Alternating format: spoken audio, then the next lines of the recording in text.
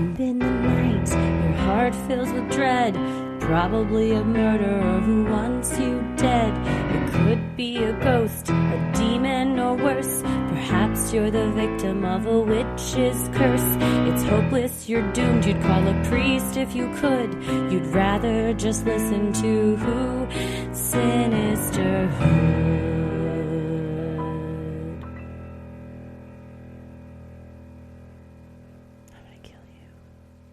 Hello and welcome to another edition of Freaky Friday, where we tell your odd but true stories. It is, can you believe it, Friday, March 1st.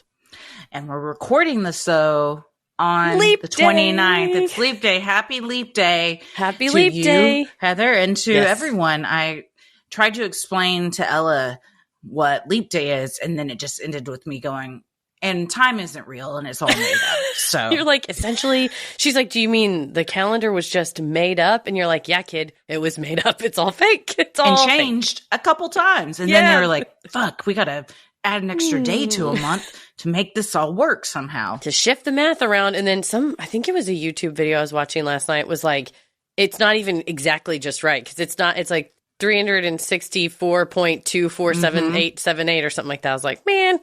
So anyway, well, I hope everyone had a great extra day of the year, which you were owed at the end of it. Like, we were all owed this day.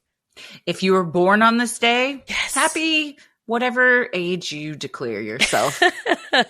Yes, happy. And then I saw some people were celebrating wedding anniversaries and stuff. So I love that idea of like choosing Leap Day as a day to celebrate things, because it is so special and comes around only every 4 years. Ooh, if you get married on Leap Day, then I guess you do the thing where do you do it on the 28th or the 1st? Because really, but every 4 years, you have a banger of a celebration. Yeah, you have to have a blowout at least every 4 years on That's the actual day.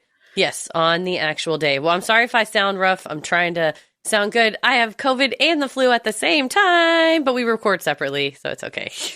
Yes, you don't sound as bad as I thought you would, but I hope that you're feeling much better now that you've gotten some meds. Yes, I got the Tamiflu, and I've been taking every vitamin I got in the house, and I've been resting a lot and drinking tea and stuff. But somebody on TikTok was like, so many people, like X% of the population has either COVID, flu, or RSV right now, and I didn't feel well, and I thought, before I go around infecting a bunch of people, I'm just going to go to a minute clinic. And turns out I got the double whammy, as they say, and not in a fun way. So no, here I am. It's not the finger cuffs. The double whammy. It's usually referring to. She got up in my hole when she was swabbing me. She was a gentle touch, but one of them, it was tickling me, and I was going, and she was like, they just made me gag. Even I had that's what Paris said.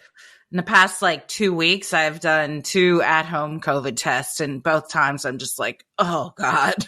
Yeah, I didn't realize it. For some people, it's like, get your gag. Oh, it doesn't make you do that? No, it made me giggle, but Paris goes, I gag every time. Oh, yeah. I mean, since I was a kid, it's like, once you cross a certain threshold, I'm going to gag. It's done so. That's going on a t-shirt too. But I did have to, I told you guys, I'm just getting my nostrils penetrated. And Tommy's like, at the doctor would have been fine. You didn't have to go that far. No, Tommy doesn't like descriptions of visceral things, as I don't either. But now you all get to think about it. Yeah. I prefer to just let my mind figure it out. I can't watch videos about that stuff. I don't like really hearing about that stuff. Crazy. It's I'm just not into that. Some people somebody posted on our Facebook Patreon group the other day a video, which I will never watch.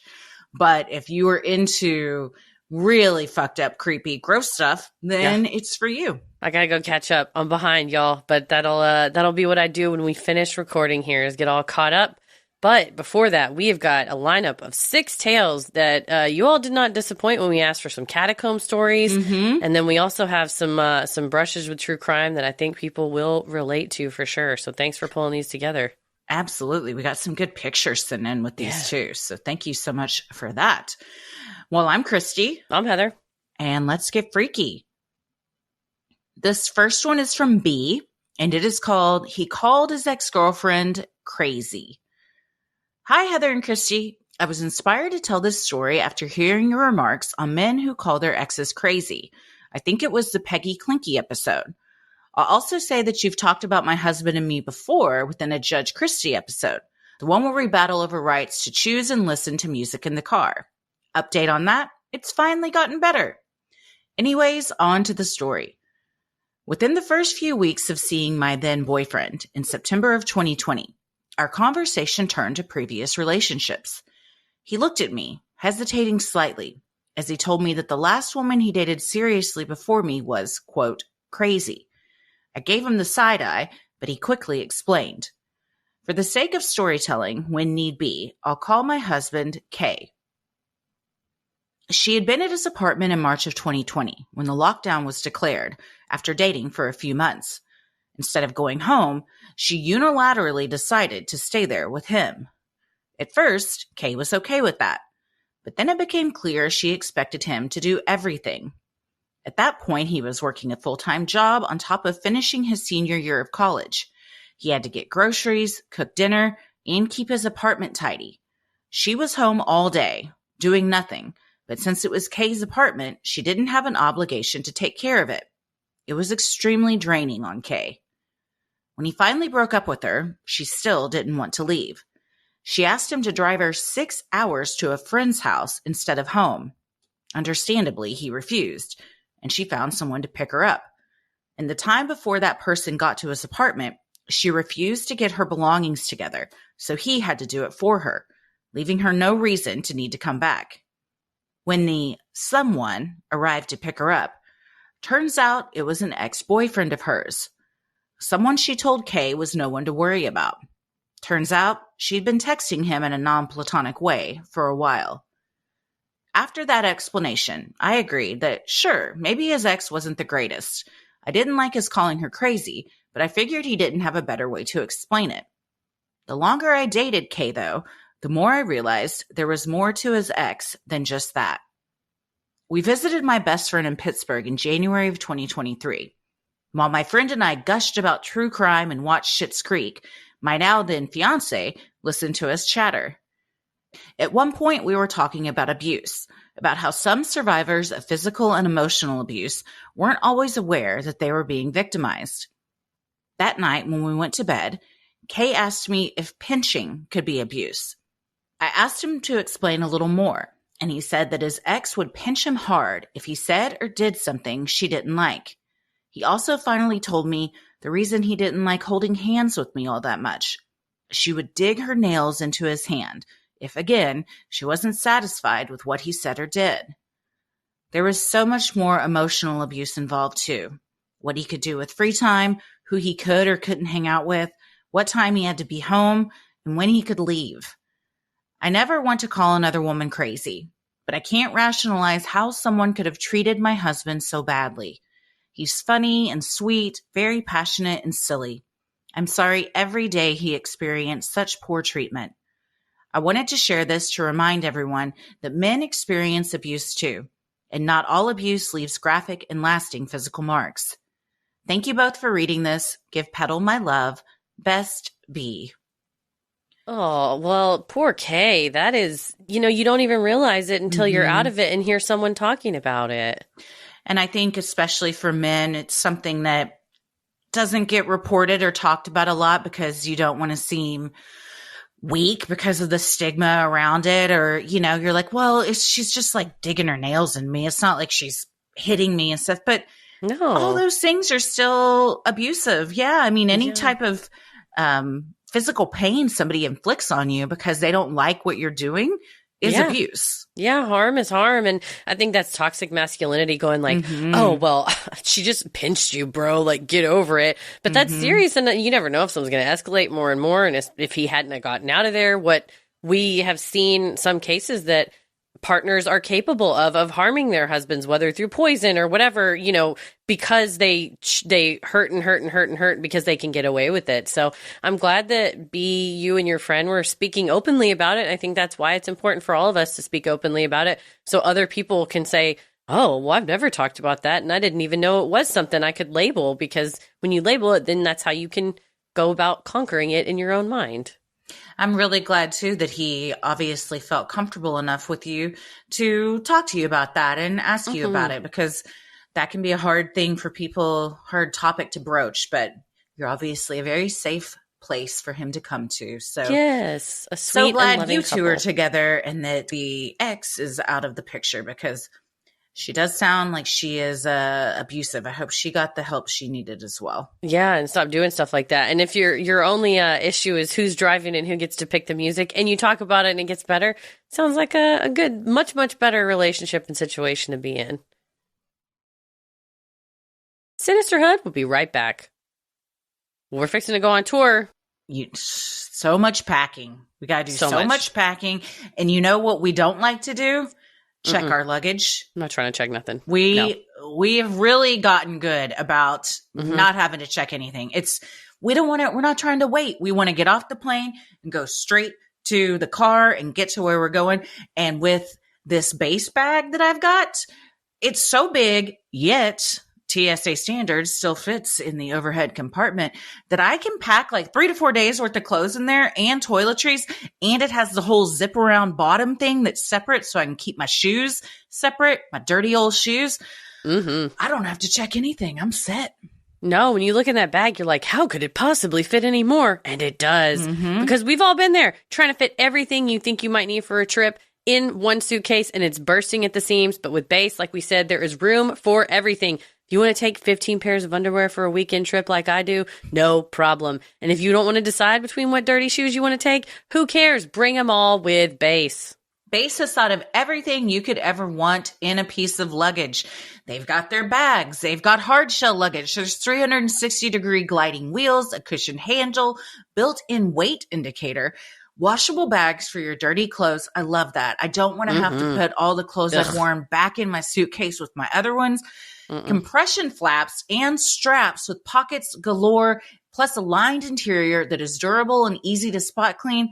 And all of this TSA approved and a combination lock. Well, and with every piece, it's made to look better with miles, so you don't have to worry about it being in the cargo if you do want to check it, or when you put it in the overhead. Plus, Base has over 30,000 5-star reviews. Whether you're packing for a quick trip or looking to breeze through the security line, Base has your personal items covered. Right now, Base is offering our listeners 15% off your first purchase by visiting basetravel.com/creepy. Go to basetravel.com/creepy for 15% off your first purchase. That's BEIS travel.com/creepy. Well, this next one was from Deb, and it is called The Psycho from My Past. And a content warning, this one also discusses domestic violence as well as termination of pregnancy and brief mentions of suicidal ideation. Hello, Sinisterhood team and entourage. Long-time listener here. You are definitely one of my favorite podcasts and one I always recommend. I'm hoping to make it to a live show one of these days. I've never really considered my story to be Freaky Friday worthy until listening to some of this month's stalker submissions. A little backstory for context. I grew up in a very rural part of northern Michigan, and although my childhood was not a happy one, with a significant amount of emotional and verbal abuse from my stepfather, I was a bit naive about the safety of the world. So by the time I reached my later teens, I was doing anything I could to escape the home I grew up in. I became pregnant at 16 and had my oldest daughter when I was 17. I lived with her father, who was significantly older than I was, but we did end up getting married and lived a somewhat normal life until I realized how controlling and possessive he was, and that I did not want that kind of life for myself. So we separated and divorced in 2004. Since I had been mostly a stay-at-home mom to my daughter, I had no work experience. My only choice was to go back home. Well, that lasted only a few weeks before I found myself couch surfing at friends' houses. I got a part-time job at the local ice cream shop and ended up renting a little cabin that was available at the local motel. There were 4 or 5 of these little cabins and a couple others who were also occupied by more long-term renters. This is where I met him. He was not from around here and was so mysterious and seemingly cool in a bad boy kind of way. Side note, looking back on this now, I cannot help but see all the red flags and wonder what the hell I had been thinking. The only conclusion I could come up with was that I was rebelling against everything I knew to be true about my life. I wanted to experience more and be more, even if that meant putting myself in what was obviously a very dangerous situation.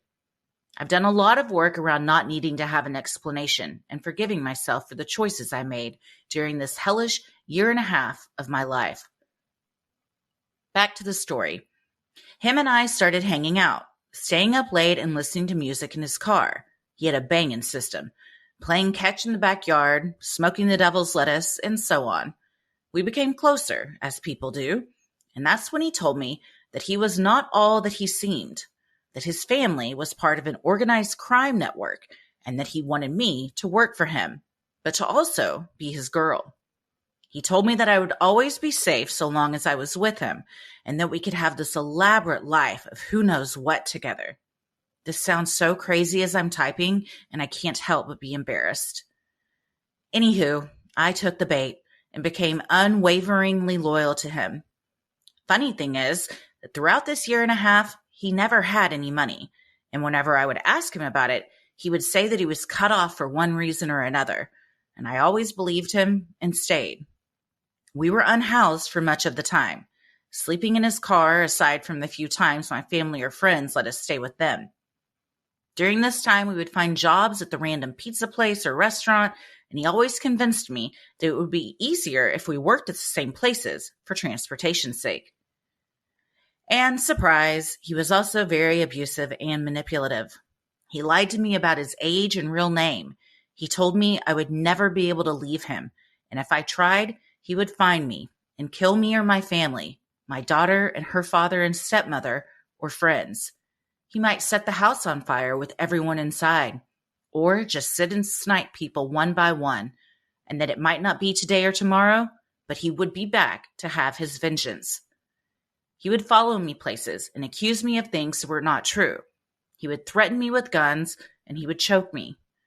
This man was 6'10", and one time he held me off the ground in a headlock.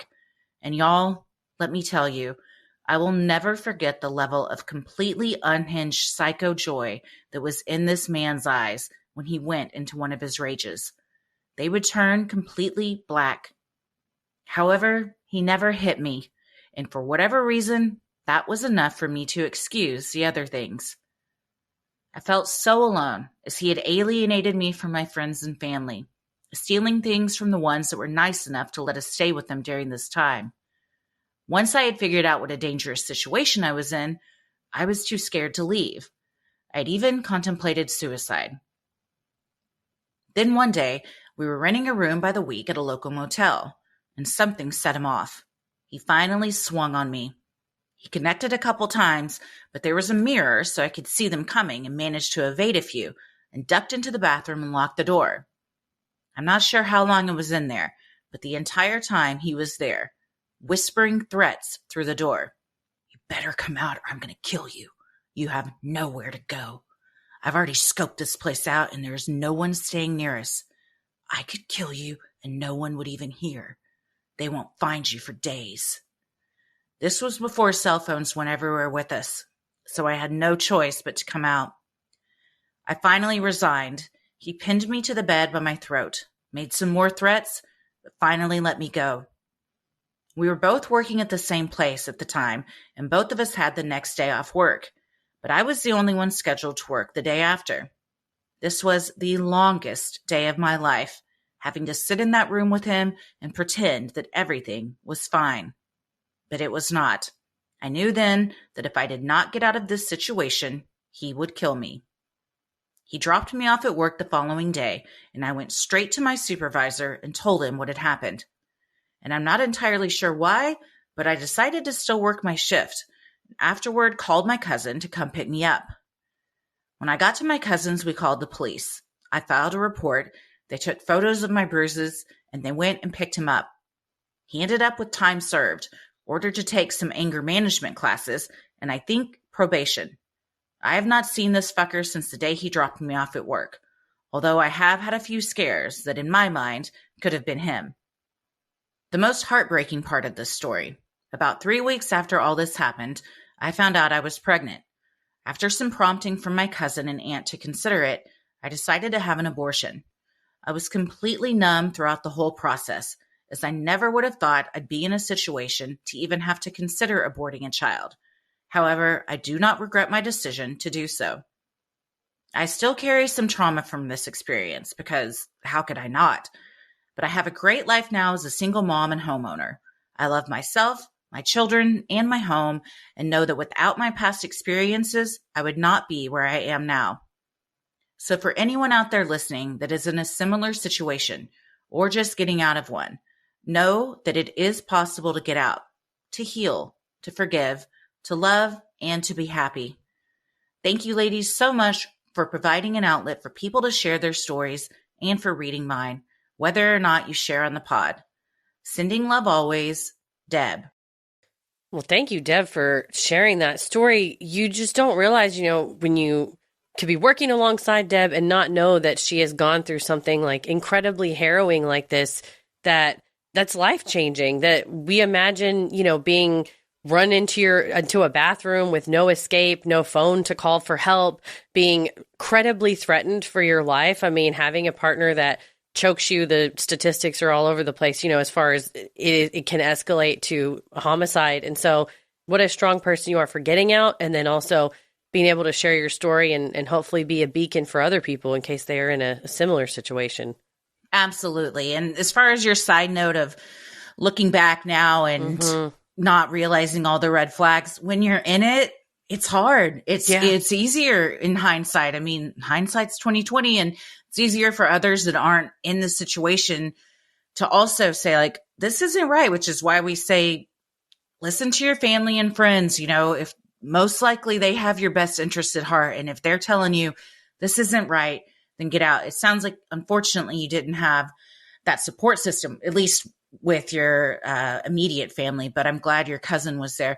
But don't judge yourself for not knowing what you did then. I mean, the important thing is you got out, you have a life now that you're happy with, and you're an inspiration to your own kids now. Yeah, most definitely. And that I highlighted that part while you were talking because I was like, man, I can relate to that of going, man, there were so many red flags, but that's just the benefit of hindsight. And so you now have a totally different perspective than you then. And so on giving that self-compassion of, I couldn't have known that it would have gotten that bad, that everything was made up. It all seems credible. Like Risa Tisa on TikTok recently of like, this guy seemed great. My God, the world is captivated by Risa Tisa. If she doesn't get her own Netflix series, I mean, seriously, 52 parts of this. Who the fuck did I marry? If you don't know what we're talking about, just go look it up on TikTok and then clear your schedule because you're going to need to binge 52 TikToks that explain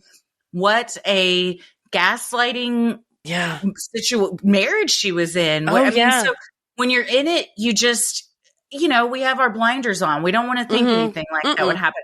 And to say that it sounds so crazy and you're embarrassed typing this, I get that. I recently read out loud to Heather several diaries that I found from my teenage years. And it's one of my best memories of us now. Burned with shame and embarrassment, but also looking back on those things, and a lot of it, I mean, none of it was happy.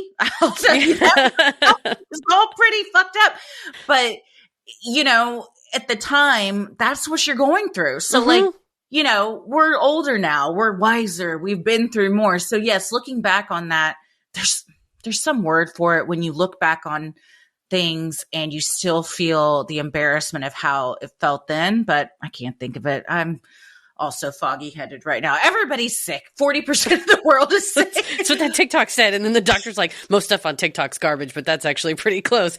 Most stuff between that statistic and Risa Tisa, that's the good stuff that came off TikTok recently. But no, you're right. And especially I'm very heartened to see us all as a society develop, not just with like technology, but younger people are getting smarter sooner. Like my parents, I remember when I was, 10, 12, 15, 16, my dad would just be like, oh my God, you're just like you're so much smarter than I was when I was a kid. And I look at Ella or my nieces and I'm like, these kids are geniuses. And so I'm glad to see that like we're getting smarter sooner. And so where we look back and go, God, when I was 16, I can't believe I fell for that. I saw some kid today and some cops were trying to hassle him about he was on a bicycle and they were like, you have to have a driver's license. He's like, no, I don't. I looked up the statute and I have to have a permit because it's under 50 cc's because I'm 15 years old. Like, kids nowadays have resources and access to like information that receipts. And they want receipts. And so if someone was like, hey, my family's in like a crime family, I'd be like, oh, okay, cool. And then go and try to look them up. And their friends would be like, let's look them up. Let's like, give me a license plate. We'll find them on the internet. So I do love that we can tell our stories of like, man, back when I was your age, I went through this or I suffered through this or I fell for this and I can't believe I fell for it. But those that are younger hear our stories and now go, I'm going to question that if I hear something similar. I hope so. That's why we say there's so much power in sharing these stories, is somebody else will relate to this. Maybe somebody's going through it, or somebody finds themselves in something that sounds familiar and knows sooner now, like, oh, I remember that. This isn't going to end well. I'm going to get out before it's too late. Absolutely. So you're very brave, and it's very admirable when any of you come forward and are willing to be so vulnerable and share things like this, even if it might feel embarrassing and shameful, knowing that the greater good is getting it out there. And also, I hope that it was cathartic for you to write that down and get it all out and know that you're in a much better place now. So much better. And there's a 0% chance you're the only person something like this happened to. And just knowing like, yeah, I'm not alone. Zero. I mean, we know for a fact. We've discussed many of these already. Yeah, we're sitting here. Yeah, for sure. We hear it all the time. So you are definitely not alone, sadly. Yeah, right? Yes. Sinisterhood will be right back. Well, this next one is from Lauren. And Lauren writes, "The woods are evil." Hello, ladies. First, let me say that I just recently discovered your podcast. A fellow true crime listener recommended your coverage of Twin Flames about a month ago, and I've been slowly working my way through your library ever since. I love how smart and funny you both are and how well researched your podcast is. It's been a delight to listen. Well, thank you so much, Lauren. Lauren writes, my tale is not one of ghosts or spooky spirits, but it is one of crime. About 11 years ago, I was on a business trip to California. At the time, I traveled extensively for my job. 90% of the time, I was traveling alone. I visited states and countries I'd never been to before, mostly without any sort of apprehension or anxiety. This trip was my first time in LA. In the afternoon, I drove up into a mountain town called Idlewild, where I was to visit a boarding school that evening. Maybe that sounds weird, but I work in college admissions. Since I didn't want to make the drive back in the dark to LA down a windy mountain road, I had booked a place to stay for the night. It was a cabin, which at first seemed cool. I was definitely a fish out of water, though. I'm a city mouse, and this was definitely not the city. During ski season or the summer, I'm sure the place is very lovely and active. At the end of November, the place just felt kind of deserted. When I rolled in, I immediately felt something was a little off, and I should have trusted my instincts. The sun went down pretty early. It was the end of November, after all. I got settled and found dinner at some weird-ass restaurant, which also felt a little off, and drove into the pitch blackness to find the school. I was lost and late, but I eventually made it in. The visit itself was fine. I drove back once again in the pitch blackness. I was exhausted when I got back to the cabin. It was freezing at this point, and I couldn't figure out how to make the heater work, so I wrapped myself in a blanket over a flannel shirt and went to bed. I mentioned I'm a city mouse, right? And again, I've traveled extensively and stayed in a number of hotels by myself. I never really felt scared, but something about this was terrifying. I just chalked it up to not really being outdoorsy and not used to staying in something like a cabin. My sleep was fitful. In fact, I wasn't really sure I slept at all, which is an important fact to keep in mind as we move forward. I woke up early the next day to drive back to LA. Before getting ready, I went to put my glasses back in my purse, which I had left hanging on the bedroom doorknob. Except my purse wasn't there. That's weird, I thought. I guess I'd put it in the closet and didn't remember. But it wasn't in the closet either. It wasn't anywhere to be seen, actually, and it became pretty clear to me pretty quickly that my purse was gone. I called the police and the sheriff came quickly. He searched the cabin, not just for signs of the purse, but to also, and I quote, make sure the person isn't still here. Well, hell's bells. It never even occurred to me that another person would be in the freaking cabin. I was pretty calm given the circumstances, but let me tell you, this freaked me the fuck out. There was no one, but there was also no purse. Thankfully, my cell phone was still in the nightstand, and my car keys were in my jacket pocket. Oh, I should also mention, there was no evidence of forced entry. The front door was completely locked and latched. The back door was closed, but unlocked, and it's very likely that I may not have locked it properly when exploring the cabin earlier that day. A stupid mistake that I regret to this day. Or on second thought, maybe it was locked properly. See my PS. At the time, I was really focused on how annoying the whole thing was, because I'd have to get new credit cards and a new ID and keys for my apartment, etc. The truth was, the reality of the situation was just too terrifying to think about. Someone came into my cabin and into the bedroom while I was asleep and stole my fucking purse. Remember I mentioned that my sleep was fitful? Yeah, well, I was so scared of that place that I slept with the effing lights on. So someone not only came into my bedroom while I was sleeping, they came in while I was sleeping with the lights on. God knows what would have happened if I'd woken up at that moment. Honestly, I thank my lucky stars every day that I didn't. After the sheriff had come and taken my statement and made sure that no one was hiding under the bed, I hightailed it out of there as fast as I could in the clothes I'd slept in. Thankfully, because I was traveling for business, I was able to have money wired to me so I could buy breakfast and chapstick, the two most important things of the day. I also cut my trip short, and my boss was able to FedEx my passport and apartment keys to me so I could get home safely. In the end, I was safe, and I did make it home without incident. Though when I did get home, there was a sign in my apartment building door saying that there had been a string of robberies in my Brighton neighborhood. Just what I needed. Oh, I forgot to mention, I'm from Boston. The story doesn't exactly end there. About 4 years later, I got a call telling me that my bag had been found on the side of the road. It seemed like the person who stole it just took the cash out of the wallet and chucked the rest. I really hope the $4 in cash was worth it for this person. They inconvenienced me, they terrified me, they ruined my new Coach Poppy bag, which was the first really nice thing I ever bought for myself. My favorite lip gloss was lost. Obviously, I'm making light of this. Of course, my safety was more important than those material possessions. But when I stop and think about how scary the reality is, I use humor to make light of some of the other things for comfort. Thanks for taking the time to read my tale of crime. P.S. When I called the hotel that day to tell them what had happened, they seemed pretty unconcerned and offered me a free stay for a time in the future. To that, I say, fuck no. To this day, I'm not unconvinced that it wasn't an inside job. Thanks for taking the time to read this, whether it appears on the pod or not. I love your work, Lauren. We stay in too many Airbnb cabins for me to be comfortable with this story.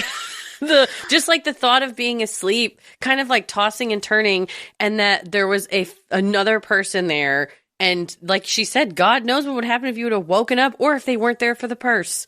The mind reels. Yeah, I'm going to err on, this is terrifying, yes, but if it makes you feel any better, Lauren, my gut tells me they were just there for the purse, because I think if somebody's willing to break into a place and they're there for something else, then you're going to find out. But luckily, certainly, they just grabbed your purse and ran. It does kind of sound like an inside job. I mean, because you're surely I locked that door, but even if not, being able to kind of know that there's a person in there. I mean, the lights were on, I guess, but to just which not is go so bold. What? Yeah, just walk into where you see someone lying in bed, lights are on, and be like, I'm still going to grab that purse is very bold. But yeah, when you call the hotel and they don't go, what? Oh my God, I am so sorry. But they're like, oh, would you like to come back with your new purse? And it's like, no, I don't want to come back. Hell no. No. Oh, that's so scary. Idlewild where we were just watching that documentary about Murder Mountain? I don't think so. That's I think Humboldt it's, County. Yeah, that's further Okay. north, much further north. Okay. Yeah, but this is just outside. There was something recently about this, though, in something I was watching, and I think maybe a vacation show or something, because it is kind of wooded. But yeah, regardless, that is, you're like, what a nice, like, quaint little cabin. Meanwhile, the person in the office is like, wait till you go to sleep. That's so scary. Yeah. We have bought several things for our own travels that are to help you feel more safe in hotels, Airbnbs, like locks you can put on the door from the inside. I have looked up and read and followed many TikTok accounts of like things to do to, like put a glass on the doorknob. So if somebody tries to open it or shit in front of the door or whatever, but don't shit in front of the door. Put shit in front of the door. But if you shit in front of the door, if you shit in front of the door though, and somebody opened it and then they realize, God damn it, I just stepped in a bunch of shit and like it's all over the door, I feel like you would leave. Then you just follow the footprints out and you know who did it. True. Yeah. Or they slip like a banana peel and then it causes a commotion and you wake up and they're all covered in your shit. And then that's DNA. And that's on a lot of it. Yeah, they're like, ma'am, we're going to need you to pay for this. Be like, your person's the one that broke it. I was going to clean that up. But for real, I'm like inches away from buying what looks like a phone charger, but is secretly a camera to put in the hotel rooms when we travel. Because I don't want people coming in and mucking with our stuff while we're gone. I'm probably more paranoid than most people, though. But I'm more paranoid about the cleaning situation. Yes. Especially like after we heard from some listeners that have worked in the hotel industry cleaning that just don't use the glasses. Don't put your mouth on wash them glass. out yourself if you want beforehand and bring your own. I think I'm going to get one of those cocoons to sleep in. Yeah, I like to just keep off of not touching any other of the linens. Yeah, I think so. But Lauren, I'm sorry about your Coach bag. I know that feeling where it's like it's not about the material possessions, but it is that, man, it's the one nice thing I finally bought for myself, and someone threw it and chucked it on the side of the road, not to be found for 4 years. Wild that they called you after 4 years. Somebody was just walking around and was like, a Coach Poppy bag. There's a purse. And called you up. I mean, at least you got it back, but after 4 years? I mean, you're like, God, but it sounds like they were just in it for the money. And I'm glad that they were like, $4. Yeah, asshole. Maybe don't break in and steal stuff that isn't yours. That's what you get. Yeah, I'm sorry that the take wasn't very good. It's also good that it was stolen in California when she lived in Boston, because I'm always so worried if someone steals a wallet or a purse or something. That it happened to a friend of mine. They were watching a movie at the North Park Mall, and they broke into her car and stole her like garage door opener and her I guess they saw her address on her insurance card, and one night, like a few days later, her garage was opening while she was at home. So that kind of stuff like freaks me out, where it's like they've stolen something for like a key and then also know where you live. Like your purse would tell them that. So they were probably like, I'm not flying to Boston to break into a place. Like, nah. What they don't realize is that bag was worth way more than $4. So I mean, valuable. You could have sold that on eBay and made something. I'm glad they didn't, though. Right. The Poppy bag went back to the land from whence it came. Oh, well, thank you for sharing that, Lauren. That's wild. Yes, and Idlewild, if you will. We're very glad that ended up the way it did, which is not great, but you were safe. So that's the most important part. Most definitely. Sinisterhood will be right back. Well, this next one's from my daughter, Anonymous, and the subject line is, hug your local library worker, if they're into that. Hello, besties. I've written in before, but keeping myself anonymous this time so as not to accidentally dox myself. I'm a public librarian in Chicago, and am finally writing in to write about something that happened over the summer and fall of last year. To set the scene, Illinois libraries all over the Chicagoland area were dealing with anonymous bomb threats being sent in through email or the chat service on the website. The library world is fairly small, and so the whole summer was spent reaching out to my friends at other suburban libraries to check in, as more and more of them had to evacuate their places of work. All of the threats were unsubstantiated, but I feel like many library workers nowadays have similar thoughts that with the rhetoric surrounding book bans in public libraries, It's only a matter of time before something happens. Regardless of if the threats were fake or not, it was a scary and surreal time. My turn finally came in October.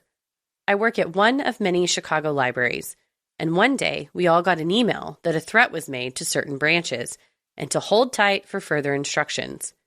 Within 10 to 20 minutes, we got a phone call that we needed to evacuate. Turns out there were both bomb threats and active shooter threats made to all 81 branches in the city. We evacuated everyone from the building and went across the street to wait it out. The day was surreal. I remember my reaction was to laugh about it. Like, how was this my life? We waited it out until we were told to re-enter the building and that the claims were false. No police had come to check on the building. No one ever did a walkthrough, but we were all expected to go back to work as if nothing happened. We still technically don't know who did it. The threats eventually stopped coming. Some of us think it was because Illinois passed an anti-book ban law, and some groups, like Moms for Liberty, were mad about it and retaliating. Others think it was a bad prank. One person was caught in relation to some of the threats in the suburbs, link below, but there's many threats that were not attributed to him, including the ones made in Chicago. All that to say, librarians are going through it across the country.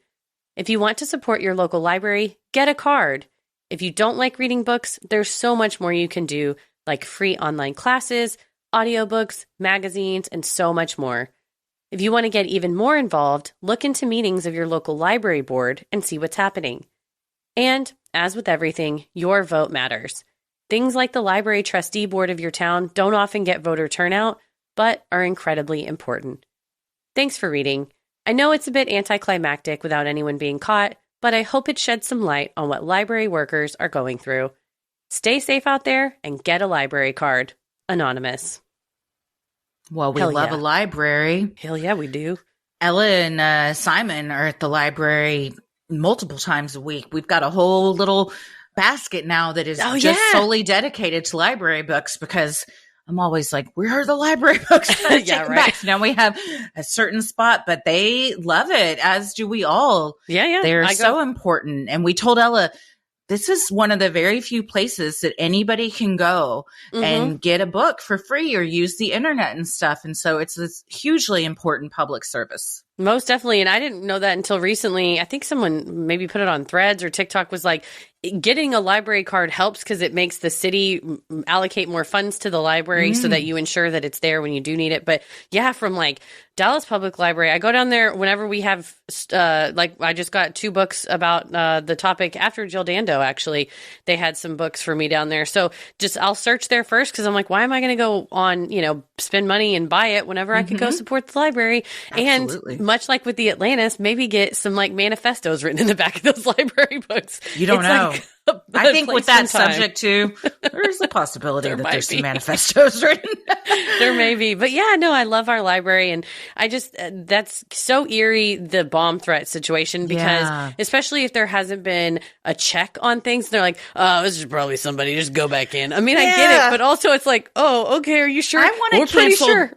I want to cancel work for the day. Maybe just do a sweep. So we're 100% sure that nothing's in here. Double check. But yeah, the links that Anonymous included, there was a man in Skokie, which is like a northern suburb, and it said he made 12 bogus bomb and violence threats, 16 in Skokie, 5 to Mariano's stores. You son of a bitch, leave Mariano's alone. If you're from Chicago, you know Mariano's is so good. What's Mariano's? It's like it's a grocery store chain, but they have a hot bar that's so good. Like nice. A hot and like a deli that's so good. Yeah. Leave Mariano's speaking my language. Right. So that guy was on he's facing charges for bomb threats and false terroristic counts. I hope he got time in jail because you never know how much of a ruckus that's going to cause, whatever you're going to interrupt with your bomb threats and it's causing all these people too. to be. Yes, everybody's in fear. You're writing into about this because it's a Freaky Friday. And I always wonder with that. I mean, I agree with your daughter that a lot of times it's just people wanting to cause chaos and just I think they get off on like creating fear and chaos and people they don't know.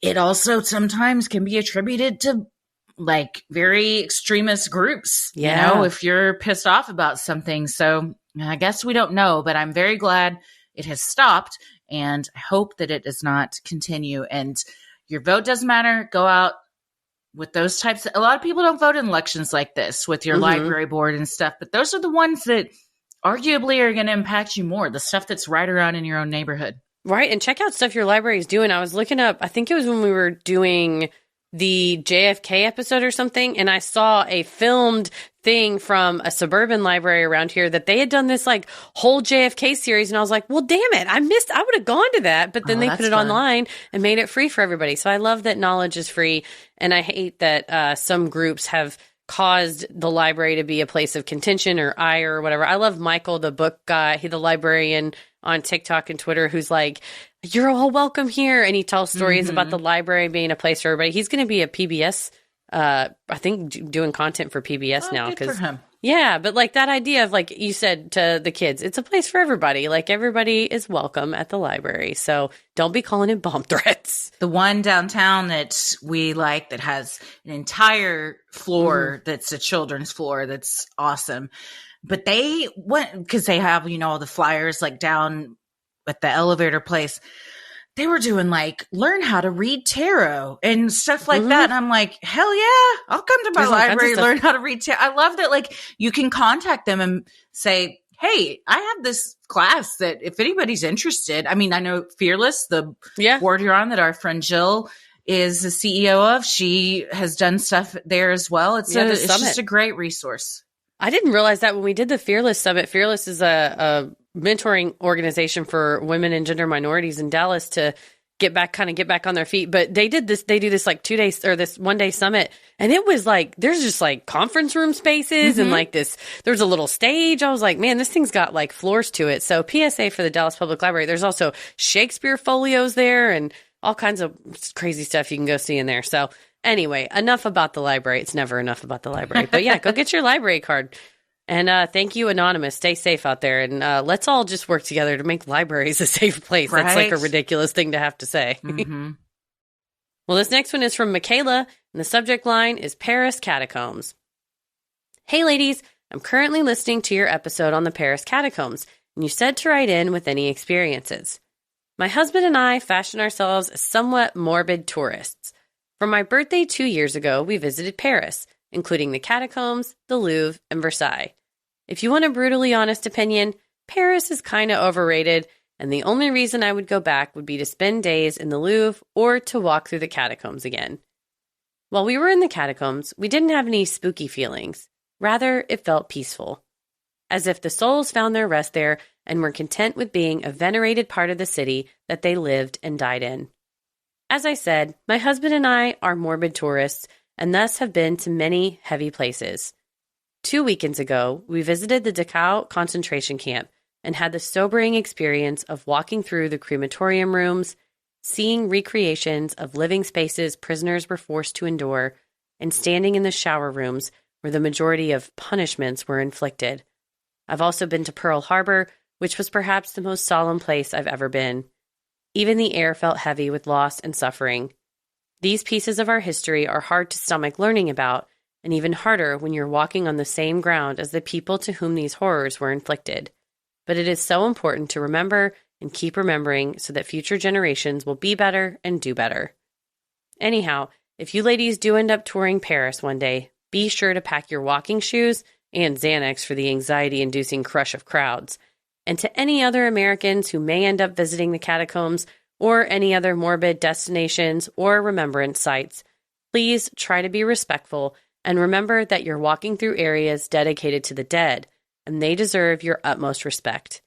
When my husband and I visited, there was one other group of Americans, and they had to be scolded several times by the workers for being boisterous buffoons. As Americans living in Europe, we make an active effort to try and pass as European because too often these buffoons are the people who make lasting impressions and give us all a bad rap. Thank you, ladies, for reading. I've written in a couple of other listener stories, and I'm just waiting for the day that I hear it on the pod and proceed to freak out and send it to everyone in my contact list, especially my dad, who doesn't believe that my ghostly encounter with his grandma in his basement means that his house is haunted, even though she literally died there. Ugh, dads, am I right?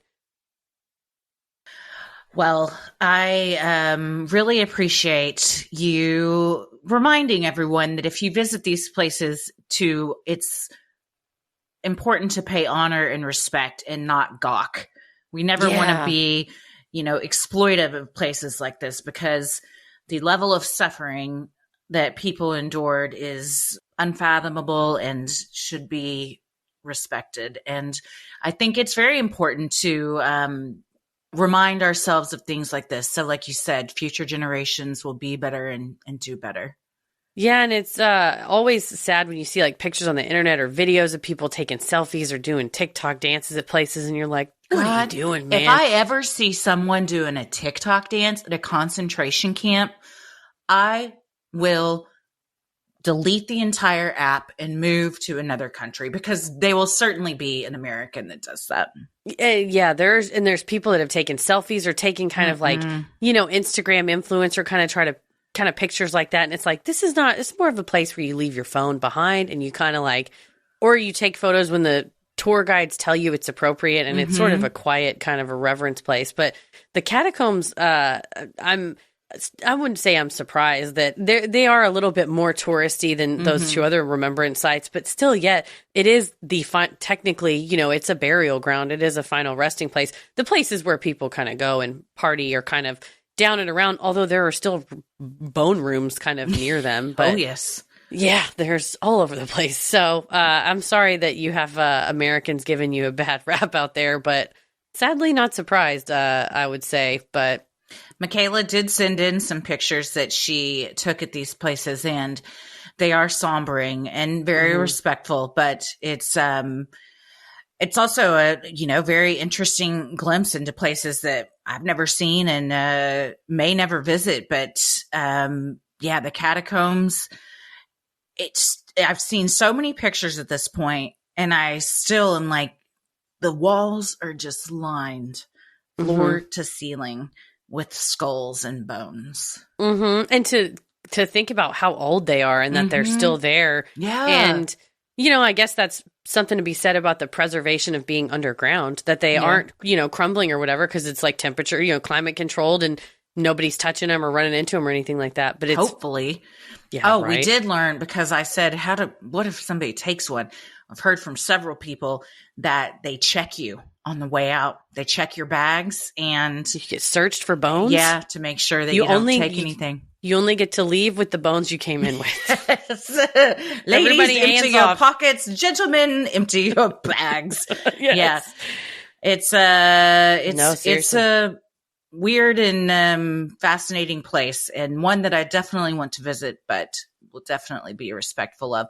The concentration camps, man, I totally understand and agree why they are open for people to visit, because I do think it is very important to remember that part of our history and honor it, because, if we forget, we're destined to repeat it. Even sometimes if we don't forget, we're destined to repeat it. But when you go, you got to be respectful. Don't be doing TikTok dances. Don't be acting a fool. Think about the other people that were there and for the purpose that they were there. And it is a sombering reminder. Yeah, most definitely. Well, thank you very much for writing in to us, Michaela. Sinisterhood will be right back. Well, this last one is from Molly, and the subject line is Lesser Known Catacombs. Hi, spooky friends. I'm a somewhat new fan to the podcast. I was instantly hooked when you were guests on National Park After Dark, and I've had fun catching up on episodes. I'm from and live in Chicago, and I love your love for this wonderful city. You're right, it is the best. Anyway, I'd like to tell you both and your listeners about catacombs in another major European city. It's hidden under a somewhat unassuming church in Rome. Santa Maria della Concione dei Cappuccini is a historic church of the Capuchins, a Catholic order established in the 16th century. Its friars are devout in their dedication to living the gospel. They wear brown tunics and take vows of poverty, chastity, and obedience. If you're interested in meeting these friars, purchase a ticket and make your way to the end of the small museum and into the crypts. There, you will find the bones of over 3,700 people, most of them Capuchin friars. Some of the friars are even in one piece, hanging by their backs on the walls, still wearing their humble brown robes, bare skulls bowing. Pelvises are elaborately hung to make intricate designs. Skulls arch in designs around the room. Shoulder blades make wings around skeletons. Be sure to visit all of the crypts, with names like the Crypt of Skulls, the Crypt of Pelvises, the Crypt of the Tibias and Femurs, and the Crypt of the Resurrection. Even though this crypt isn't deep underground like the Paris Catacombs, it still has the smell of death that I have not experienced anywhere else. I dragged my now husband into the crypt years ago, and I'll never forget it. I'm not a talented enough writer to describe this place. Please Google pictures. Ladies, you can dive into the history of the crypt if you'd like. You can describe it better than I can. But if you find yourself in Rome, take a break from living your Lizzie McGuire movie fantasy to walk amongst the bones. Thanks for reading. I'd love to send in my story of when I found a dead body or when I almost died at a murder mystery party. Keep an eye out for those. Love you. Keep it creepy. And a travel tip, buy a ticket directly from the museum. No need for a third-party tour guide. It's a cheap ticket. Well, thank you very much, Molly. I have it pulled up right now. Molly said pictures are not allowed, so she does not have photos of the crypt. She said, I'm an asshole, so I took one anyway, and within 30 seconds, a museum worker appeared and made sure I deleted the photo. There are photos online, though, and she sent some links, and I am blown away with this is incredible. The artistry. I mean, it's way more than I was anticipating. Yeah, and exactly what she said as far as them like looking. Well, first of all, I see the friars with their heads bowed, as well as like it looks like one is on the ceiling, and then the bones themselves are in. It's not just like the Paris Catacombs where it's lined by the walls. It's like a fresco on the ceiling. No, it's like it reminds me of like the Sistine Chapel with like the paneling that's all intricate and detailed. But make it bones. Yeah, but make it bones. And they sure did that. That's I imagine if that's what you dedicate your life to, and then in death you continue living there, that's something very special. It is man, I'm sorry. I just scrolled down and saw some more. There are so many skulls. They said almost 4,000. Yeah, 3,700. My gosh. I mean, it's something to behold. I 100%. Oh, those look like tiny ones. I definitely would go visit this place. I mean, if you're able to, if these things, you're able to stomach it, which is it creepy? Perhaps. I mean, it's not gory, and I don't like gore. So, I mean, I think especially given that this is Capuchin friars that wanted their bones to be dedicated to this purpose, but to take all of this and make it into tasteful art is really a talent. It's extensive. The Smithsonian Magazine says that in the middle of the 18th century, someone decided to get creative and the crypt was made to look as it does today. Researchers don't know for sure who was responsible. According to Roman lore, the mastermind was a brilliant artist who had committed a horrible crime and found a safe haven among the Capuchins. Toiling over this macabre shrine was his way of asking God for forgiveness. But we love Smithsonian.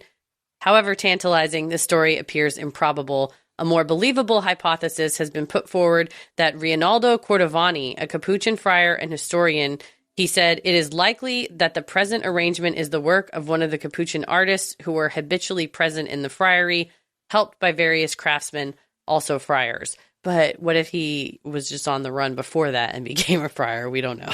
Golly. It's a lot of work, though. Oh, my gosh. It's, it's a lot of work. And it's interesting. I never considered, which is probably ignorant on my part, the smell that it might have. But yes, Molly described it as the smell of death, which is, I guess even our bones hold on to that, or perhaps it's just kind of the energy there. Yeah, I wonder if I'm sure it's a different smell being kind of behind a church versus like deep, deep underground, like the catacombs, like what difference that has on the bones themselves and how they age. But that's What artistry. Man, I wonder how it's stuck up there. I guess nails or something? I don't know. Yeah, Command I was strips? kind of wondering that myself. Yeah, Command that's strips? impressive. Yeah. I don't think it's so. impressive. I Yeah, say probably command not. strips because I just recently used a ton of them to try and hang some pictures. But yeah, I don't know. I don't know. It's truly incredible. And if you are able to visit that, I would recommend it just based on these pictures and Molly's endorsement. I'm beginning to think that there are probably way more of these than we even know about. Yeah, I noticed when I was searching images for, when we do our weekly post in my image gallery that I have, licenses to these images or whatever, I typed in Catacombs without Paris, and there were a few other ones, and I wonder if I narrowed it down just to Paris, but I wonder if this was one of the ones that I saw, but I did not see the intricacies of this. Like this, it was just kind of looked sort of similar as far as their, being passageways and twists and turns. But this is, I would have remembered if I would have seen this. I believe another listener sent in an email directly to us with some pictures, and they included ones of the chandeliers made of the pelvises, and wow, it's incredible. It's craftsmanship. If we're keeping these bones, we may as well do something artistic and memorable with them to honor the person's life, rather than just that's a good point. Bury them in the ground and then what? No, that's a good point. And we did get several people reaching out on social media about all the various burial options that we talked about last week. Speaking of what are we going to do with these bones? I didn't know that in many states it's still illegal. I mean, I looked whenever I clicked on some of these websites. So still illegal to do what? To do like the the water burial, stuff like that. I think it's only legal in like 20 states or something. Something like that, yeah. So people are saying, if you talk to your legislators and also making sure you go with a registered, legitimate, like above board place, all that good stuff. But it is fascinating to see what we used to do with bodies and bones back 200 something years ago, and thinking about what we're going to do with them as we move forward into the future. I say bring back the catacombs, and yeah, let's do it. Just that's Make what art. I've already said. I want to be turned into mulch. Mm-hmm. Maybe I do the aquamation. Mm-hmm. I was thinking about this the other night, and I was like, if I did the aquamation, then I would be liquefied into water, right? Yeah. So then I so. I wouldn't, but someone would use half of that in the ground and then dump the other half in the ocean. And then the ocean carries me everywhere, and I'm a part of everything, baby. But the aquamation keeps the bones. Please make me into a chandelier. Now we know. Now you get the best of both worlds. Will. Yes, the details, it's like all of it. Normally on this declaration for the disposition of remains, we just check either like cremation, burial, or other. And this space for other is really not that long. It's a 500 character limit. It just says over, and there's an arrow, and you flip the paper over, and it's like step 1, and you're like, of course we would have multiple steps that she's making us do. Oh yeah, there's several steps, but you know what? It'll be worth it in the end. It's always. We'll ask. You can check in with my children in 100. Yeah.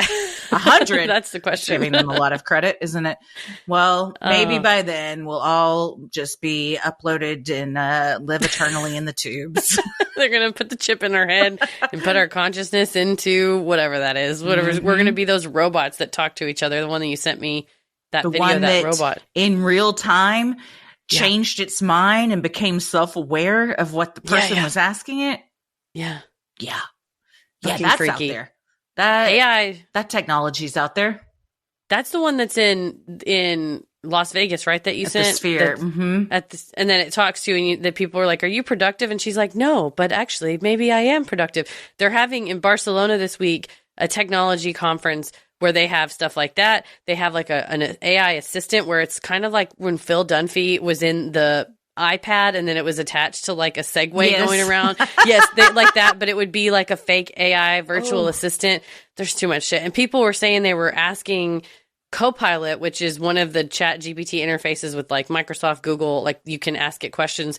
It said, "Hi, please don't, I have some questions for you, but please don't use any emojis. I have a special disorder that if you use emojis, I'll die of a brain bleed." God. And then to like test it, and it was like, okay, and then smiley face emoji, and the user said, oh, ouch, if you use any more emojis, I'll die. And it said, sorry about that, sad face. How about this emoji? How about this one? And then it sent a bunch and was like, die, die, die.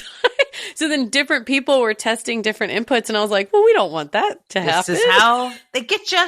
We're getting close, man. It's getting too smart. Man. It's getting too smart. We're using ChatGPT to write scripts for immersive experiences. If you know, you know. It's Risa Tisa, 40% in the world has COVID, RSV, or flu, and the Glasgow Willy Wonka catastrophe is, I have to admit, all TikTok right now. And Neil DeSeal. He's fantastic. I need to look up Neil DeSeal because you and I were texting about that Glasgow thing. Normally we do true crime headlines. I sort of maybe have drafted for our bonus content this week in ridiculous crime headlines, and I thought we could talk about that. So okay. I've written that out and a couple other things I found. I got another idea for that. Oh, send it to me. Let's do it. We'll do ridiculous crime headlines. Maybe that's going on the YouTube. Oh, maybe we can. YT.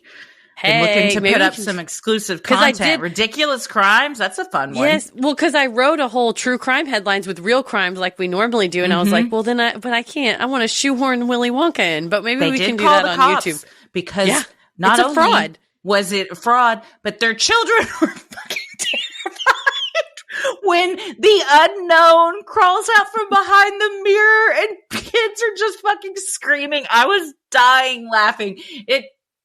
Oh my God. If you don't know what we're talking about, just go look it up. Words can't do it justice. No, because as I was reading it, I was like, this is fraud. Like, this is illegal. So for the following reasons, like, I don't know if it's criminal, but certainly you can get your money, yada, yada, yada. That's all to be discussed.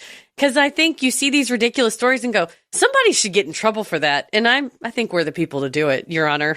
A lot of people traveled and now they're asking for refunds of their flights and trains and whatnot. And also emotional damage. I mean, these children. So much. Ella would have fucking lost her mind if some of those things had jumped out at her. It's So look up Glasgow Willy Wonka and then keep your eyes out on YouTube. Maybe we'll do a video about that or something for you guys.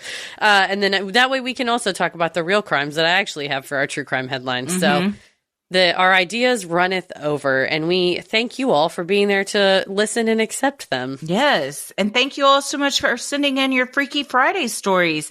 If you have an odd but true story, maybe you've encountered Bigfoot, you've seen a UFO, you had a brush with true crime, or you felt the presence of an otherworldly being, send them in at sinisterhood.com/Freaky Friday.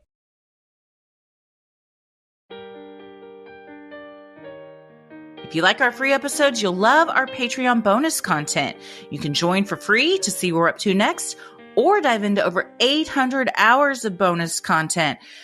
Like Heather said, we're about to have a recent true crime headlines up there. We've got a very fun Judge Christie that's got posted within the past few days that people have said it's the best update they've ever heard in their life. I'm just saying. The update that we received from a previous post is just, quite frankly, it's why I do this. It's incredible. So I've also found a couple of Am I the Assholes for after true crime headlines. I laughed so hard and I was like, God, I can't wait to record this with Christy. Oh, hell yes. I love those are on the agenda. And due to my illness, our February live stream was supposed to be on the 28th. Due to my double COVID illness. No, you're a trooper. COVID. You're a trooper for recording this for real. Oh, well, thank you for having me. I'm going to go collapse and die. You're half of this podcast, so you're welcome. I kind of have to be here. But we're rescheduling the February live stream to March 7th. So Thursday, March 7th at 8 p.m. Central, because we'd like to be in the same room and we had to wait till my quarantine period was over. So we'll be good to go by then. Nobody should have to be on and answering FMKs when you're all Tamiflu and coughing. Yeah, I'm like, I have a COVID brain fog. They're like, fuck, marry, kill. I'm like, fuck them all. And that's not a good answer. You're like, it is, but it's how I feel. Okay? I'm ready. It's like sometimes you tell the truth when you're on the meds. When I'm all medded up. Well, yes, Thursday, March 7th, 8 p.m. Central. Come and join us for a Q&A. It's going to be so fun. And if you're not already a member of our Patreon and you're like, I don't know if it's worth it, guess what, baby? We got a free trial so you can join at even the highest level possible. Go and dig around in the bonus content, see what's on there. And if you cancel before a week is up, you don't even get charged. So get your ass on there and check it out. And if you want to join for a whole entire year, you get 1 month free whenever you join for a year. So there's if you like it and you want to stick around, make sure you get the week free and the month free with the annual subscription. Yes. And thank you to everybody that signed up in February for the 2 months free. We saw a lot of activity and we sincerely appreciate all of you. We could not do this without you. So many, many thanks. And when you join, you get ad-free episodes, monthly live stream Q&As. We do quarterly bonus content live, weekly audio bonus content. We have monthly mini-sodes. You get merch discount, which I got news for you on some merch. And you get a community of the best listeners on the whole entire internet. Yeah, we got a new shirt up. Alert. There's a new shirt. Shirt alert. I'm going to say it, and maybe I'm biased, but it's my favorite shirt that we've ever made, and maybe that I own, the best period.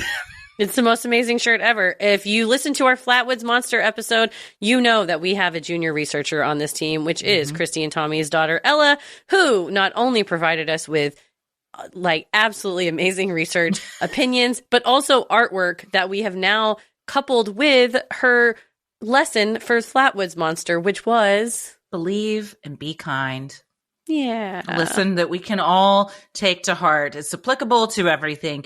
And the artwork is so cute. And I wish that we had screen recorded when I showed you because we had this shirt and Heather wanted to see it. So I brought Ella in and we revealed it and she was so excited. We're not keeping it for her only. Anybody can have it.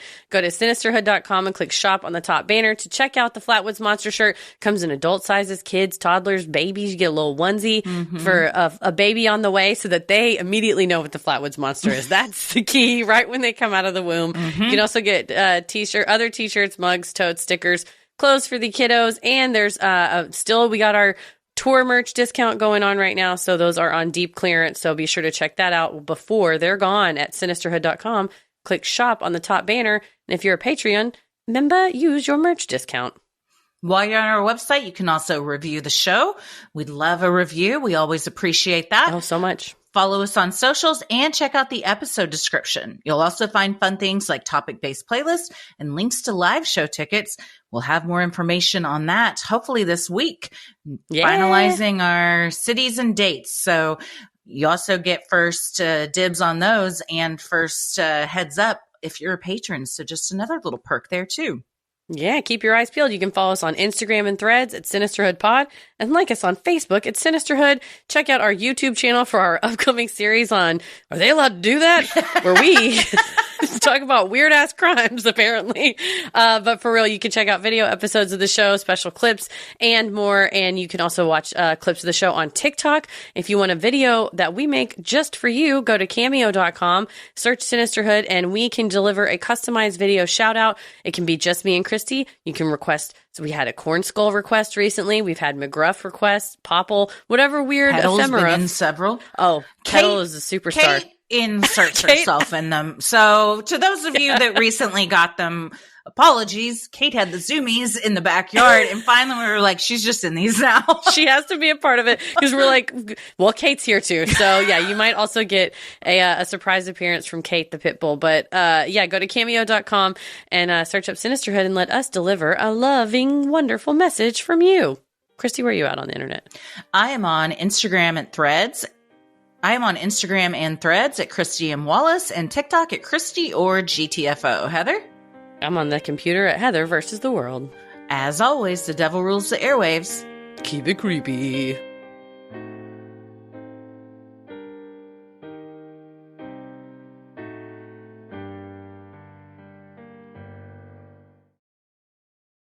Sin